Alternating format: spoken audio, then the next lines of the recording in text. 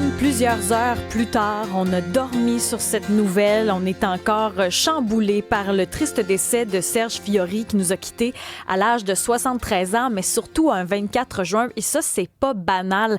Est-ce que vous avez des souvenirs? Vous étiez où quand cette chanson-là jouait? Ça représente quoi pour vous, le catalogue d'Harmonium ou de Serge Fiori? Parce que ces chansons-là sont tellement porteuses. Ces chansons-là vont perdurer à travers le temps, mais souvent sont associés à des moments marquants d'une vie. Souvent, on les écoute parce qu'il s'est passé tel événement, parce qu'on s'est marié sur telle chanson, parce qu'on a chanté, on s'est daté là-dessus. Pour vous, c'est quoi vos souvenirs avec le répertoire de Serge Fiori? 187 Cube Radio, 1-877-827-2346, parce que se raconter, ça fait du bien. Parce que même si on l'a pas connu, même si on l'a peut-être pas rencontré, la musique ne nous laisse pas indifférents. Puis il en sera question plus tard dans l'émission avec, entre autres, Gilles Valiquette, Bruno Pelletier. Ce sont des gens qui l'ont bien connu. Il a inspiré plusieurs auteurs, compositeurs, interprètes de sa génération et même les plus jeunes. Tout le monde, de toute catégorie, de tout âge, réagissait sur les réseaux sociaux hier. On entendait Alex Moranville dans l'émission d'Alex Dubé faire un vibrant plaidoyer finalement sur son amour d'Harmonium, même s'il n'a jamais connu le groupe finalement. 187 Cube Radio pour nous rejoindre. 1-877-827-2346. Mais d'abord, le manque de temps. C'est quand la dernière fois que vous avez vu un ami? C'est quand la dernière fois que vous avez pris le temps d'aller manger, d'aller souper, d'aller dans un week-end de pêche? C'est quand la dernière fois que vous avez passé du temps avec un ami? Pour vrai, là. Parce que semblerait qu'avec le temps, on passe de moins en moins de temps avec les gens qu'on aime. 1 personne sur 4 au Québec a l'impression de manquer de temps. Statistique Canada dit que c'est un sommet historique.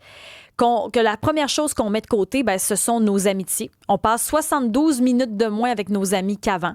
On a de moins en moins de temps pour tout faire, même s'il y a le télétravail, même si de plus en plus de gens prennent des vendredis après-midi. On essaie de profiter de nos fériés, on essaie de passer du temps de qualité, on l'entend beaucoup. Malgré tout, 1 personne sur 4 a l'impression de manquer de temps. Avec nous ce matin, Christine Groux, elle est présidente de l'Ordre des psychologues du Québec.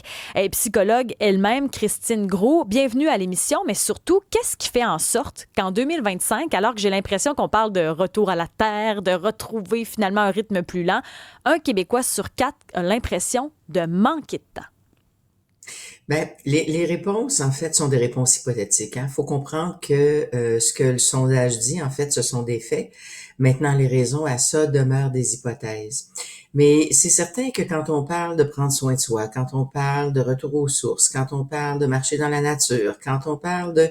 on souligne aussi le besoin que les gens ont parce que c'est peut-être symptomatique justement, puis ça envoie peut-être le message que, mais mon Dieu, on court de plus en plus, puis on est de plus en plus pressé, puis on est de moins en moins bien psychiquement. Donc, prenons le temps d'aller marcher dans la nature et de faire un peu de méditation. Alors, c'est sûr que je pense que les gens ont un sentiment généralisé, du moins dans les grandes métropoles, là, un sentiment généralisé d'accélération.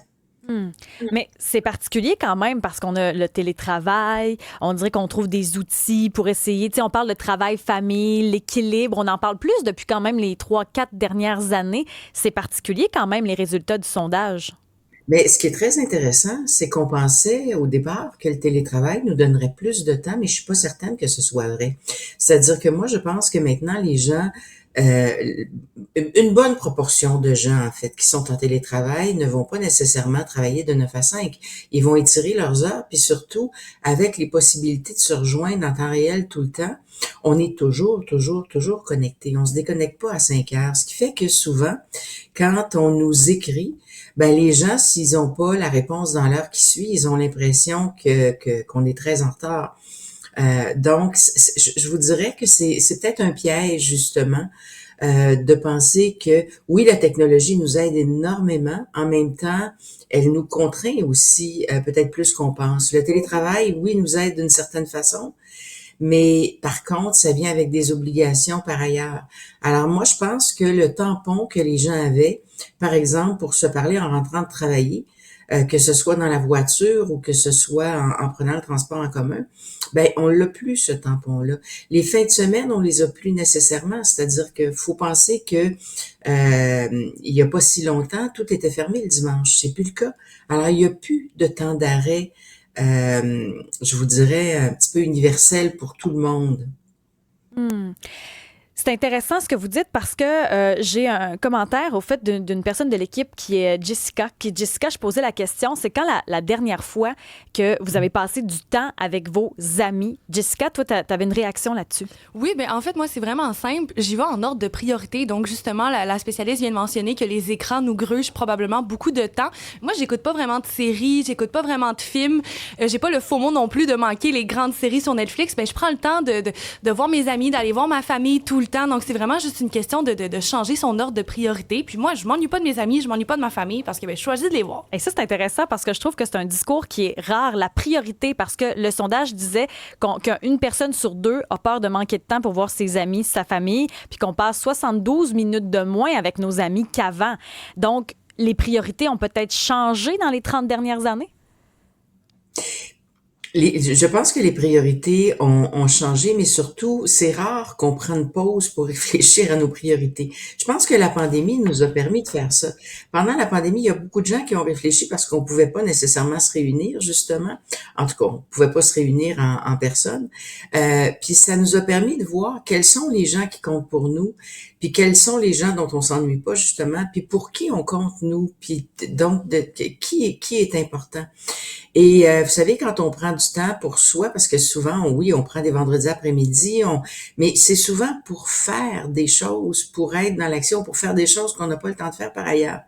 Alors, tu sais, effectivement, je pense que si on vise nos priorités, puis qu'on dit, ben pour moi, c'est peut-être plus important de voir certaines personnes ou certains membres de ma famille que d'écouter 2 heures de télévision le soir mais tu sais, c'est parce que les gens remplissent tellement l'agenda et on a l'impression que tout est important. Alors, il faut se demander, justement, ben, tu sais, des fois, il faut faire l'exercice de dire qu'est-ce qui est significatif, puis qu'est-ce qui va l'être dans 10 ans de ce que je fais aujourd'hui.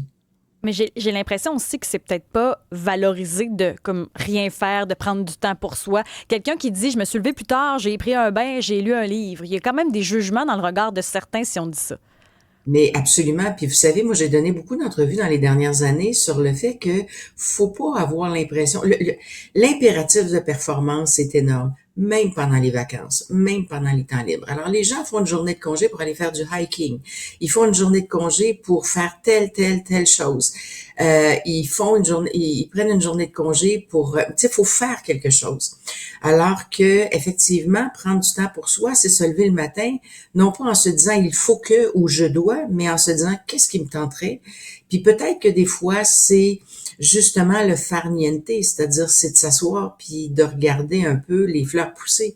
Mais ça, c'est très peu valorisé, effectivement. Puis comme on est habitué à un rythme effréné, on n'est pas nécessairement confortable quand on arrête. Alors c'est un entraînement de s'arrêter puis justement de prendre vraiment du temps à se demander mais de quoi on aurait envie puis qui on Mais voudrait voir. il y a une culpabilité, au fait, je trouve, dans, ben là, si je fais rien, mon garage est plein de stock, j'ai pas eu le temps de corder mon bois pour l'hiver éventuellement, j'ai pas eu le temps de tondre ma pelouse, j'ai pas eu le temps. Et là, il y a comme un sentiment de culpabilité de prendre une journée pour pas faire les tâches d'adulte, comme je les appelle. Exactement, c'est-à-dire qu'on est dans cet impératif de performance tout le temps. Puis tu sais, si on attend pour s'asseoir, si on attend que tout soit fait à la perfection, parce qu'il y a à la perfection aussi qui est rentré dans nos vocabulaires, si on attend que tout soit toujours fait à la perfection, ça arrivera jamais. Alors que si on se bloque du temps puis qu'on dit, ben moi, par exemple, il y a un jour par semaine où je ne me donne pas de tâches à faire, et tant pis pour ce qui attendra, à moins que ce soit bien important.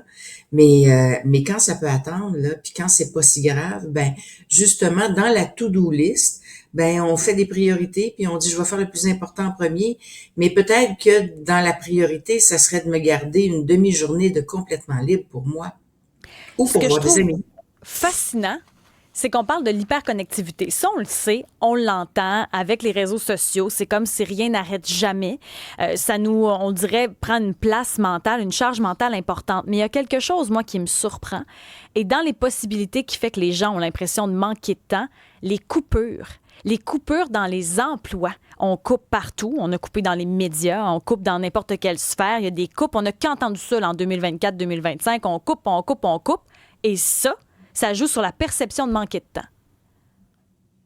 Oui, puis encore là, je pense que les gens ont peut-être un sentiment d'urgence, tu sais, c'est-à-dire que tout, tu sais, tout ce qu'on peut dire est hypothétique, mais ça ajoute au sentiment d'urgence que les gens ressentent, c'est-à-dire que on est dans un contexte un petit peu de morosité sociale, on n'est pas dans un contexte de développement, on n'est pas dans un contexte de paix, on n'est pas dans un contexte florissant, effectivement, on est dans un contexte où on a peur de beaucoup de choses. C'est comme s'il y avait beaucoup de menaces autour de nous. Puis notre cerveau fait pas toujours la distinction entre les menaces réelles puis les menaces potentielles. Alors, ce sentiment d'urgence fait des fois qu'on est plus dans l'action, effectivement, parce que c'est un petit peu comme ça qu'on va essayer de ne pas penser ou de ne pas trop ressentir les choses. Mais est-ce qu'aussi on peut conclure, c'est sûr qu'on n'est peut-être pas spécialiste sur le marché du travail, mais est-ce que la qualité donc des marchés du travail ou la qualité des environnements de travail change aussi avec ces coupures-là, ce climat un peu particulier où il y a l'intelligence artificielle qui entre en ligne de compte? Est-ce que ça peut jouer aussi sur les perceptions de manquer de temps puis cette espèce d'étouffement-là de tous et chacun? Ben, il y a beaucoup de variables dans ce que vous dites. Moi, je vous dirais que les climats organisationnels dépendent beaucoup des lieux, mais c'est sûr que dans une organisation où on craint les pertes d'emploi, les coupures ou les fermetures, c'est certain que vous n'aurez pas un climat harmonieux, puis vous n'aurez pas des gens qui se sentent bien, puis vous allez avoir des gens qui vont se sentir peut-être en compétition les uns avec les autres. Fait que c'est pas un climat favorable pour développer des relations. Puis souvent, quand on se sent justement pas bien, quand on n'est pas dans un climat favorable, un des facteurs de protection, c'est de se réunir puis de s'en parler. Alors que ces climats-là vont faire plutôt en sorte que les gens vont s'isoler puis vont se retirer un petit peu dans leur bulle. Pour ce qui est de l'intelligence artificielle, puis tout ce qui nous rend plus performants nous rend aussi un petit peu plus pressés par le temps. Il faut quand même pas l'oublier. Puis dans le monde du travail, tu sais, on a toujours dit travailler, c'est aussi avoir une vie sociale parce qu'il y a une vie sociale au travail. Mais cela dit, c'est sûr que le télétravail, que les relations virtuelles, que en fait tous les changements qu'on a connus dans les dernières décennies, ben ça a aussi transformé un peu les relations. Puis ce qui manque beaucoup aux gens actuellement, c'est ce que j'appelle l'intimité psychique, c'est-à-dire que c'est la capacité de se parler pour vrai, de se confier, de pas rester en superficie si vous voulez. C'est ça qui fait du bien dans les relations. Est-ce qu'on est encore capable, alors qu'on se robotise, là, l'intelligence artificielle, plus ça va, plus c'est techno, comme vous dites, on essaie de gagner encore du temps. Je sais pas après quoi on court, au fait, pourquoi on va être encore plus productif? Je sais pas quand est-ce que ça va arrêter, ça. Mais est-ce qu'on est capable, justement? Ben écoutez, même si la technologie, même s'il y a des avancées et que la société se robotise, l'être humain, lui, ne se robotise pas, c'est-à-dire qu'il ne deviendra pas un robot. Puis l'être humain, c'est un être qui est un concentré de pensée, de réflexion, d'énergie, puis d'émotion aussi. Alors donc, c'est pas sans effet, je vous dirais, sur le psychisme des gens. Moi, j'observe souvent que les gens vivent de plus en plus de solitude, même quand ils sont entourés, puis même quand ils sont dans l'action. Et cette solitude-là, ils en souffrent parce que les êtres humains sont sont des gens grégaires. On est des animaux grégaires et non pas des animaux solitaires. Mais ça, on le voit aussi même quand on parle de proches aidants, d'aider la population qui est vieillissante. On veut aider nos parents qui vieillissent. On veut aider nos enfants qui ont plein d'activités. Mais on vit tout le monde très éloigné sur le territoire. On vit chacun dans nos maisons. On a chacun nos tondeuses.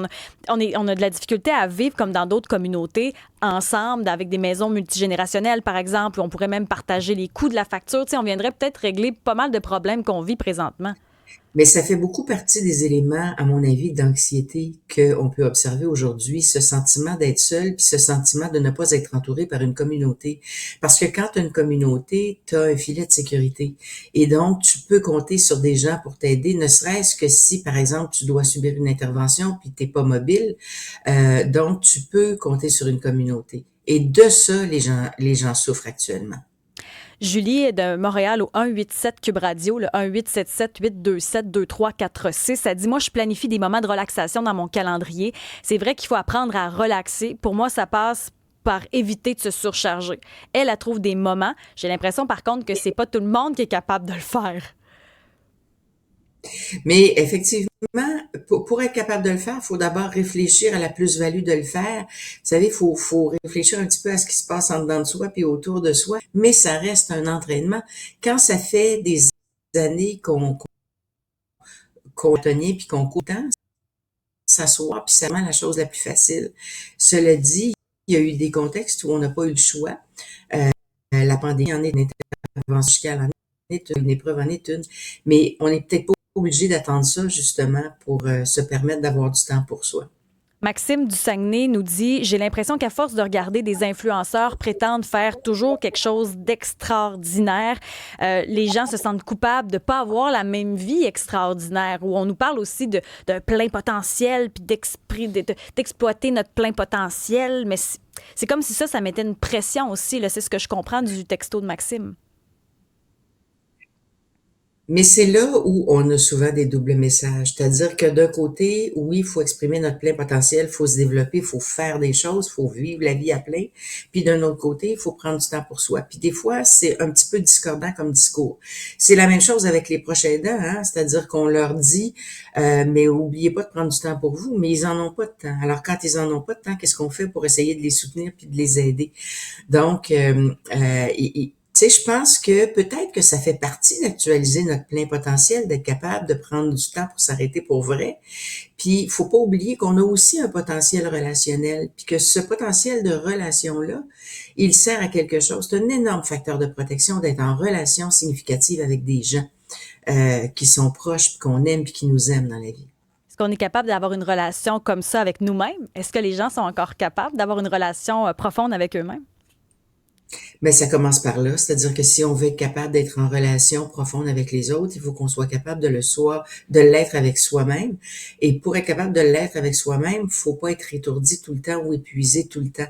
Et ça ne veut pas dire de lézarder ou de devenir inerte ou de devenir inactif. Ça veut simplement dire d'avoir pour certains un meilleur équilibre de vie et surtout d'être capable de réfléchir assez sur soi pour ne pas toujours céder à la pression, parce que justement cette pression sociale, tu sais, l'impression de rater sa vie si on fait pas un voyage tous les ans, si on n'escalade pas des montagnes, si nos enfants font pas des cours de musique, des cours de ski, puis des cours de natation la fin de semaine. Cette pression-là, elle est très forte. Il faut faire attention parce que la comparaison, parfois, est une comparaison qui est pas complète. Fait qu'il faut arrêter de se comparer si on veut justement réfléchir au sens de notre vie et à ce qui est prioritaire. Christine Gros, présidente de l'Ordre des psychologues, on vous souhaite une belle journée. Merci pour vos lumières. 1-877-827-2346. C'est quand la dernière fois que vous avez passé du temps avec des amis? Là? Vous avez vraiment pris le temps de vous asseoir, de prendre un verre, de prendre une bière, peu importe ce que c'est. C'est quand la dernière fois que vous avez pris ce temps-là? Parce qu'un Québécois sur deux a l'impression de manquer de temps. C'est une donnée qui ne fait que s'accroître avec le temps. Avec nous, pour continuer la discussion, Jacques Forêt, psychologue du département d'organisation en ressources humaines de l'ESG à l'UQAM et plein d'autres titres parce que vous avez écrit beaucoup de livres, vous êtes beaucoup impliqué dans la notion d'hyperconnectivité, entre autres dans la notion des besoins de base, la pyramide de Maslow, entre autres. Le manque de temps vient d'où, selon vous, cette perception-là? Bien, quand on regarde l'enquête, moi, j'aime beaucoup les travaux de Ashley Willen. C'est une Canadienne qui est à Harvard Business School et aussi Tim Kasser, qui est un Américain. Ils ont analysé l'abondance de temps versus la famine de temps. Or, le temps, c'est probablement une des seules variables sur lesquelles on n'a pas le contrôle et qu'on a tout le temps 24 heures dans une journée. Donc, ce que ces chercheurs-là ont pu démontrer, c'est que le fait de préférer le temps à l'argent va toujours être bénéfique. Donc, quand on voit dans le sondage que les gens perçoivent avoir moins de temps, c'est un indicateur très clair que ça va pas super bien. Puis, il faut aller voir les gens qui réussissent à avoir plus de temps ou avoir une perception d'abondance de temps. Et les pays qui font souvent le mieux sont les pays où il y a moins de disparité économique, ce qui amène d'avoir moins de disparité de temps parce que les gens ne sont pas en train de courir après l'argent pour toujours essayer de se remonter. Donc ça, c'est Sylvia Filippi, une chercheure suisse, qui a montré que plus il y a d'écart de richesse, plus les gens veulent travailler justement pour essayer de courir après cette quête-là incessante de richesse. Alors que les pays qui réussissent mieux sont capables d'aplanir les différences, ce qui permet à tout le monde de bénéficier d'avoir une abondance de temps. Ça, c'est intéressant là, parce que cette année particulièrement, il y a eu des grèves dans tous les secteurs, dans toutes les sphères, en santé, en éducation, le transport en commun. Tout le monde va être payé davantage. Tout le monde manifeste d'avoir un meilleur salaire. Mais dans le fond, c'est pas nécessairement la solution. Bien, ça peut être une solution potentielle, mais n'importe quelle société qui est capable d'en prendre en haut pour en donner en bas, puis aplanir les écarts, ils vont réussir. À chaque année, moi, je lis religieusement le World Happiness Report, le rapport mondial sur le bonheur. Puis ce qui est étonnant de voir là-dedans, c'est que le Québec, on est 6e au monde. On est le 6e endroit sur Terre le plus heureux. Ah! Puis ça, j'arrête pas de le dire, puis j'ai tout le temps cette réaction-là en disant, voyons donc comment ça se peut. C'est qu'on est toujours fru. Ben c'est ça. Puis le Canada, quand on enlève les données du Québec, descend dramatiquement. Donc, le Québec, puis là, on revient à vos questions d'argent, c'est normal de demander de l'argent quand il y en a qui en ont beaucoup. Il vous suffit dans une société, mettons que tout le monde fait la même argent, mais il y a une seule personne qui en a plus. C'est clair que tout le monde va regarder cette personne-là en se disant « j'aimerais accéder à ça ». Donc, je vais dire quelque chose qui n'est pas populaire, mais il y a plus d'impôts amène plus de bonheur. Comment ça? Plus d'impôts sur la richesse et non pas le salaire. Parce que beaucoup de gens qui vont nous écouter vont dire hey, « j'en paye assez déjà d'impôts, je paye déjà assez de taxes ». Mais ce que ça permet de faire, c'est que ça diminue les écarts, ce qui empêche cette pression-là. Madame Groux, la présidente de l'Ordre des psychologues, parle de la pression, puis tout ça. Cette pression-là, elle ne vient pas de nulle part. Elle vient de quelque part. Puis cette pression-là est souvent une quête incessante de consommation, de statut, de courir après quelque chose. Puis si je reviens aux travaux de Ashley Willens, elle a écrit un livre fantastique qui n'est pas disponible en français malheureusement, mais c'est Time Smart. Être intelligent avec son temps. Puis elle démontre plusieurs stratégies efficaces où le fait de planifier du temps de qualité, le fait de activement s'engager au travail pour activement se désengager, ça demande du temps et des efforts structurés. Mais les gens qui réussissent à le faire avec le même budget d'heures qui existe pour tout le monde sur la Terre, qui est 24 heures, vont percevoir une abondance plutôt qu'une famine de temps. Ça, c'est intéressant, puisque vous dites, entre autres, que il y a des études, au fait, qui disent que le salaire moyen, pour être agréable, pour être plus confortable, ce serait entre 65 000 et 115 000. Exactement. Donc, moi, quand j'entends les gens un peu rouspéter contre les gens qui font la grève, c'est pas la bonne cible. La bonne cible, c'est d'aller chercher à certains endroits. Puis il y a Brigitte Alpin qui est à l'UQO à Saint-Jérôme qui fait des travaux absolument extraordinaires qui montrent que les personnes les plus riches, on va souvent leur faire... En tout cas, le discours social est à l'effet que les gens riches, c'est pas grave s'ils payent d'impôts, ils font de la philanthropie, ils donnent de l'argent, mais les fondations sont souvent une manière de contourner l'impôt.